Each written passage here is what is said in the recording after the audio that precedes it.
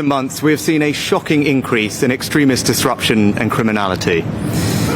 What started as protests on our streets has descended into intimidation, threats, and planned acts of violence.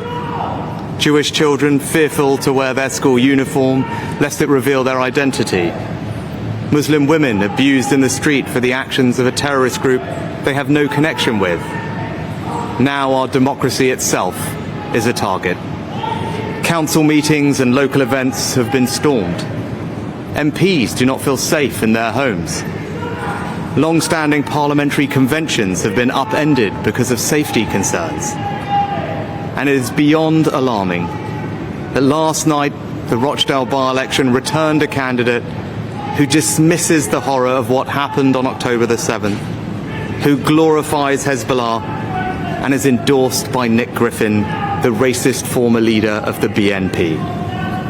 I need to speak to you all this evening because this situation has gone on long enough and demands a response not just from government, but from all of us. Britain is a patriotic, liberal, democratic society with a proud past and a bright future. We're a reasonable country and a decent people. Our story is one of progress, of great achievements and enduring values. Immigrants who have come here have integrated and contributed.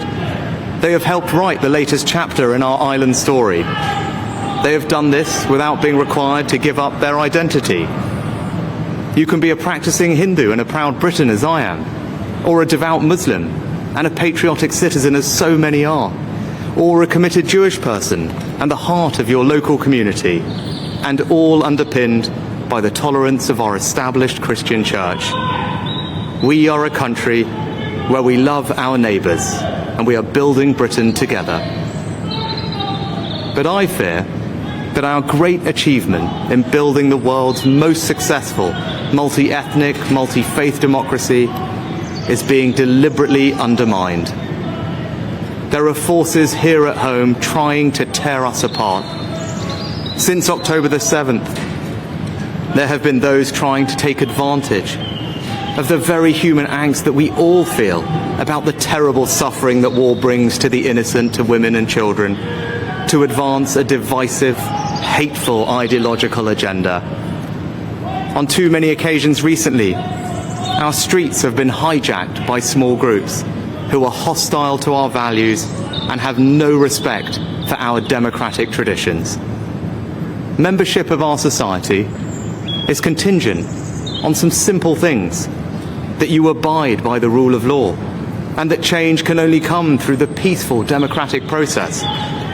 Threats of violence and intimidation are alien to our way of doing things. They must be resisted at all times. Nearly everyone in Britain supports these basic values, but there are small and vocal hostile groups who do not. Islamist extremists and the far right feed off and embolden each other.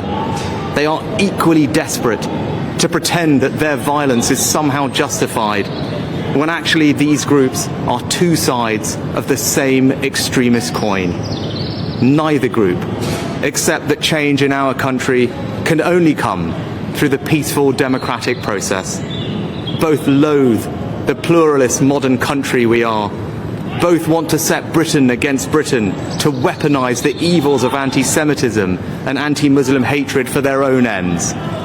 The faith of Islam, peacefully practiced by millions of our fellow citizens, is emphatically not the same thing as the extremist political ideology of Islamism, which aims to separate Muslims from the rest of society. Islamist extremists and far-right groups are spreading a poison. That poison is extremism. It aims to drain us of our confidence in ourselves as a people and in our shared future. They want us to doubt ourselves, to doubt each other, to doubt our country's history and achievements. They want us to accept a moral equivalence between Britain and some of the most despicable regimes in the world. They want us to believe that our country, and the West more generally, is solely responsible for the world's ills, and that we, along with our allies, are the problem. In short, they want to destroy our confidence and hope. We must not allow that to happen. When these groups claim that Britain is and has been on the wrong side of history, we should reject it and reject it again. No country is perfect, but I am enormously proud of the good that our country has done. Our place in history is defined by the sacrifices our people have made in the service of their own freedom and that of others. And when these groups tell our children that they cannot and will not succeed because of who they are, when they tell children that the system is rigged against them or that Britain is a racist country, this is not only a lie, but a cynical attempt to crush young dreams and turn impressionistic minds against their own society. I stand here as our country's first non-white Prime Minister, leading the most diverse government in our country's history, to tell people of all races, all faiths and all backgrounds, it is not the colour of your skin, the God you believe in, or where you were born that will determine your success, but just your own hard work and endeavour. And we must be prepared to stand up for our shared values in all circumstances, no matter how difficult. And I respect that the police have a tough job in policing the protests we have seen, and that they are operationally independent. But we must draw a line. Yes, you can march and protest with passion. You can demand the protection of civilian life. But no, you cannot call for violent jihad. There is no context in which it can be acceptable to beam anti-Semitic tropes onto Big Ben in the middle of a vote on Israel-Gaza. And there can be no cause that you can use to justify the support of a prescribed terrorist group like Hamas. And yes, you can freely criticize the actions of this government, or indeed any government. That is a fundamental democratic right. But no, you cannot use that as an excuse to call for the eradication of a state or any kind of hatred or anti-Semitism.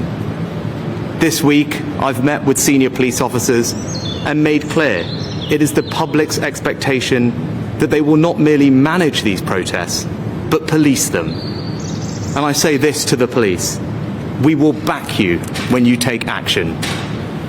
But if we are asking more of the police, we in government must also back up that call with action. To that end, this month the government will implement a new, robust framework for how it deals with this issue, to ensure that we are dealing with the root causes of this problem, and that no extremist organisations or individuals are being lent legitimacy by their actions and interactions with central government.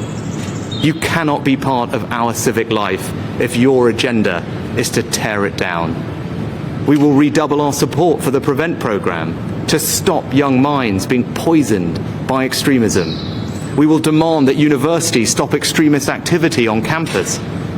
We will also act to prevent people entering this country whose aim is to undermine its values. The Home Secretary has instructed that if those here on visas choose to spew hate or protest or seek to intimidate people, we will remove their right to be here. And our Britain must not be a country in which we descend into polarised camps, with some communities living parallel lives. It is not enough to live side by side. We must live together, united by shared values and a shared commitment to this country. And I want to speak directly to those who choose to continue to protest. Don't let the extremists hijack your marches. You have a chance in the coming weeks to show that you can protest decently, peacefully, and with empathy for your fellow citizens. Let us prove these extremists wrong and show them that even when we disagree, we will never be disunited from our common values of decency and respect.